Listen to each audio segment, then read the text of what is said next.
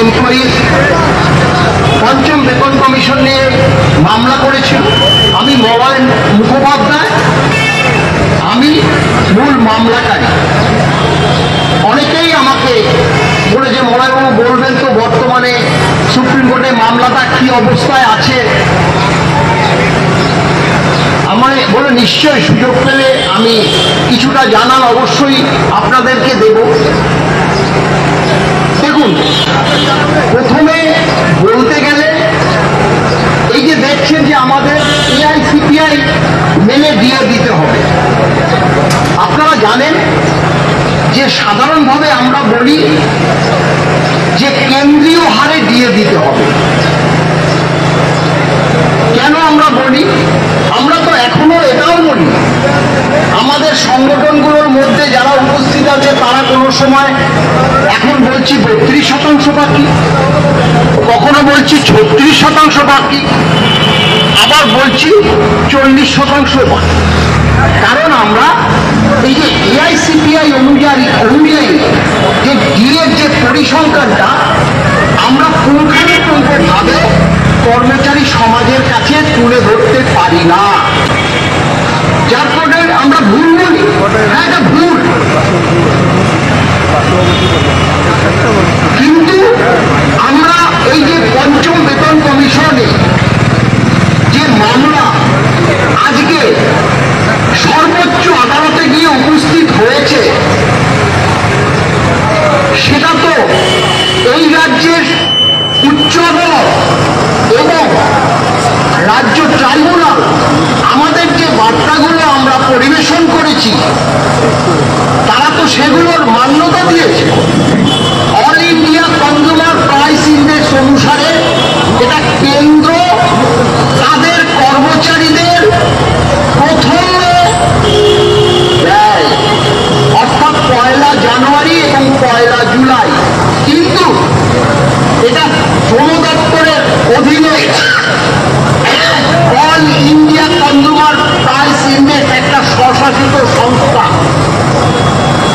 এখানে প্রতিটি রাজ্য সরকার আজকে যে জিনিসপত্রের দাম অর্থাৎ প্রত্যেক মাসে আমাদের যে অন্তত 4 জন বা পরিবারের যে 4 জন তাদের যে এই যে বেতনটা হ্রাস হয়ে যাচ্ছে প্রত্যেক মাসে, আবার একটা মধ্যস্থতাও থাকছে, আবার কিন্তু দিয়ে লাশও হয়ে যায়।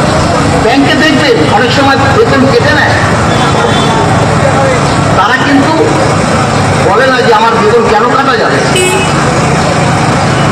0% ডিএও হয়, 1% ডিএ হয়েছে। এই যে আমাদের ষষ্ঠ বেতন কমিশন আর কেন্দ্রীয় সরকার অন্যান্য রাজ্য সরকার তাদের সপ্তম বেতন কমিশন, একটা জিনিস লক্ষ্য করবেন, এই যে কেন্দ্রীয় সরকার এবং অন্যান্য রাজ্য সরকার তাদের বেতন কমিশন লাগু হয়েছে 1/1/16 থেকে, তার ঠিক 6 মাস পর থেকে 1/7/16 থেকে কেন্দ্রীয় সরকার এই যে all India consumer price index অনুসারে দিয়ে পাচ্ছে। তারা প্রথম দিয়ে 2%, তারপরে দিয়েটা 2%, 6 মাস অন্তর অন্তর আপনারা বিচার করবেন, পেয়ে যাবেন। এখানে তো পূর্ণাঙ্গ বলতে পারবো না। তারপরে 1%।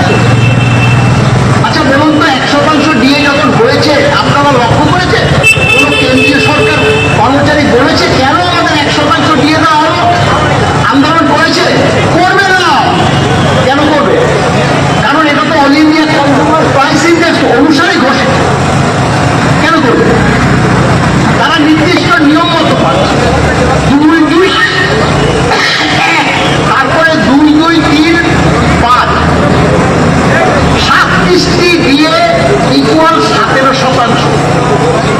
সেন্ট্রাল গভর্নমেন্ট অন্যান্য রাজ্য সরকার এই যে all India consumer price index অনুসারে দিয়ে পেয়েছে,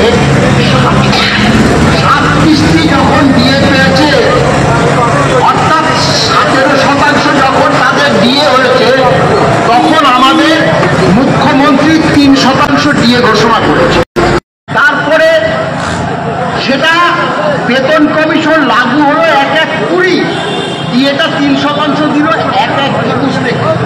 22-এ কোনো ডিএ নেই, 23-এ বাজেটে মার্চ মাস থেকে দিয়ে দিল, 24-এর 1 জানুয়ারি 4% দিয়ে দিল।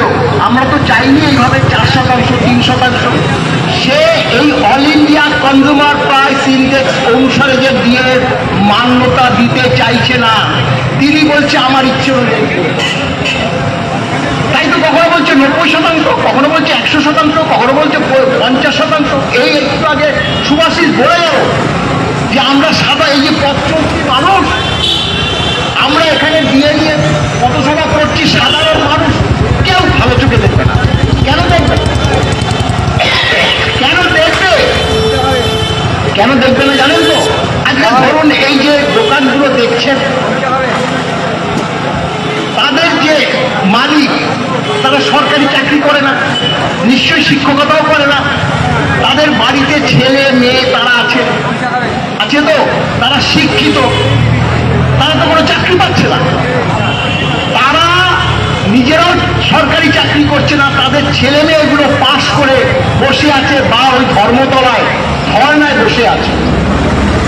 কিন্তু তাদেরকে সরকার এমন ভাবে তৈরি করে দিয়েছে যে আমাদের তাদের রাগ বলবে যে আরে আপনারা তো বেতন পাচ্ছেন, আপনারা দিয়ে সব মুখ্যমন্ত্রী দিচ্ছে, তাহলে আবার এত খাই কেন? কারণ তারা জানে মেয়েটা কন্যাশ্রী পাচ্ছে, তার ওয়াইফ লক্ষ্মী ভাণ্ডার পাচ্ছে, তাহলে রাজ্য সরকারি কর্মচারীদের দিয়ে দিলে তো আমরা সেগুলো পাবো না। তোমরা ভাই দিয়ে দিচ্ছে না, বেশ করছে দিয়ে দিচ্ছে না। এই মরম আমারও আমার যদি ছেলে মেয়েটা চাকরি না হতো, আমি যদি সরকারি কর্মচারী না থাকতাম আর আপনারা দিয়ে জন্য আন্দোলন করতেন, আমি সহযোগিতা করতাম কোনোদিনও। অর্থাৎ সাধারণ মানুষকে আমাদের লেলিয়ে দিচ্ছে। আর এই যে একটা সংগঠন বলছে আমাদের জন্য আজকে 11% দিয়ে সরকার দিতে বাধ্য হয়েছে। আচ্ছা, আমরা কি 11%, 14%, 20% ডিএর জন্য আন্দোলন করছি? আমরা তো all India consumer price index অনুসারে ডিএর জন্য আন্দোলন করছি, তার মান্যতা পেয়েছি। আজকে সুপ্রিম কোর্টে মামলাটাকে ডিলে করছে সরকার বুঝে গেছে দিতেই হবে। সরকার যদি না হতো হাত গুটিয়ে বসে থাকতো যে দেবো না, দেখি কি করে, কিন্তু পারেনি। 4টে মামলা হাইকোর্টে হেরেছে, 2টো ট্রাইব্যুনালে হেরেছে, কন্টেম হয়েছে, আদালত অবমাননা হয়েছে, চিফ সেক্রেটারি ফিনান্স সেক্রেটারিকে আদালতে এসে হলফনামা দিতে হয়েছে, হলফনামাটা দিয়ে পালিয়ে গেছে সুপ্রিম কোর্টে, গিয়ে গাড়ি টাকা খরচ করে ওই অভিষেক মনুশিল্পী আমি বলছি এবার আমরা জাতীয়তাবাদী দলের